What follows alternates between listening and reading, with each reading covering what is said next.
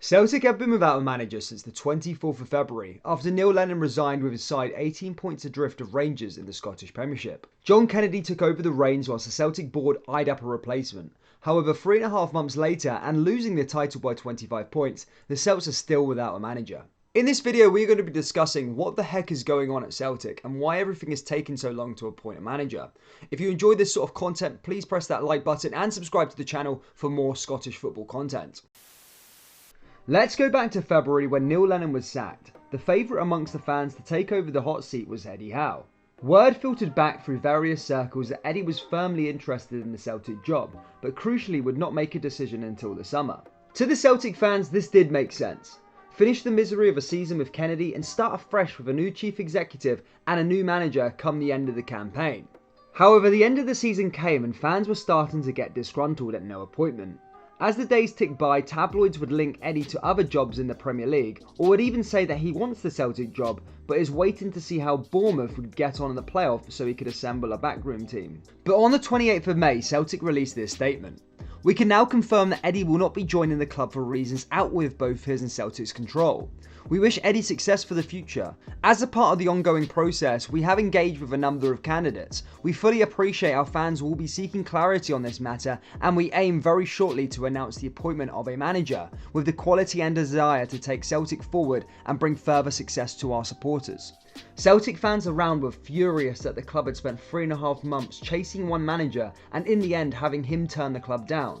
The reason why Eddie Howe turned the job down was because Howe was unhappy with the transfer targets discussed and he wouldn't put his reputation on the line without significant backing from the board.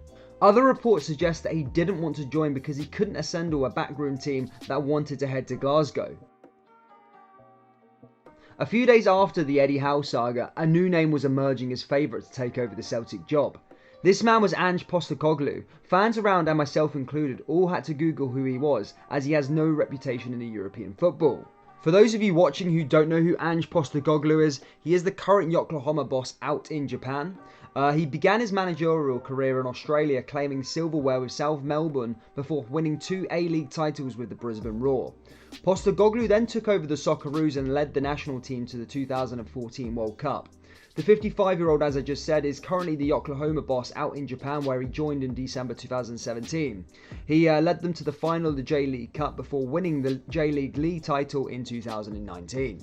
As the days progressed, Postecoglou was firmly in frame to be appointed the Hoops boss. Then, well, reports came in a few days ago that Ange does not hold the correct coaching badges to work with Celtic. We were reminded at the time where Rangers boss Steven Gerrard was appointed that he didn't hold the coaching badges either. But what makes this different is that Steven Gerrard was in the process of acquiring them.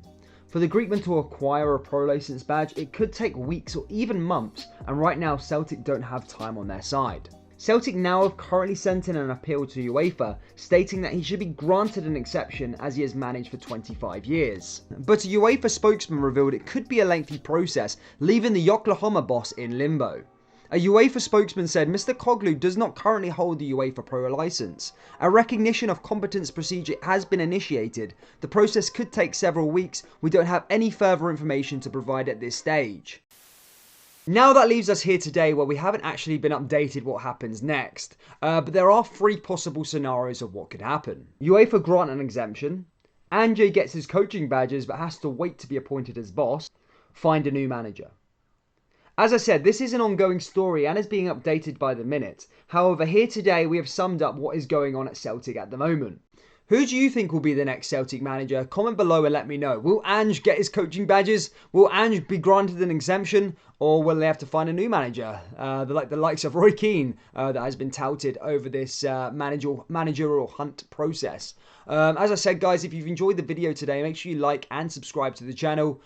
Make sure you do get your thoughts and opinions down there below. I do read them and I do like to interact with the comments. Let's see what happens with the Celtic job. It's such a merry-go-round at the moment, and I'm sure we will soon find out. I'll update you when we do, but for now, this is what's happening at Celtic.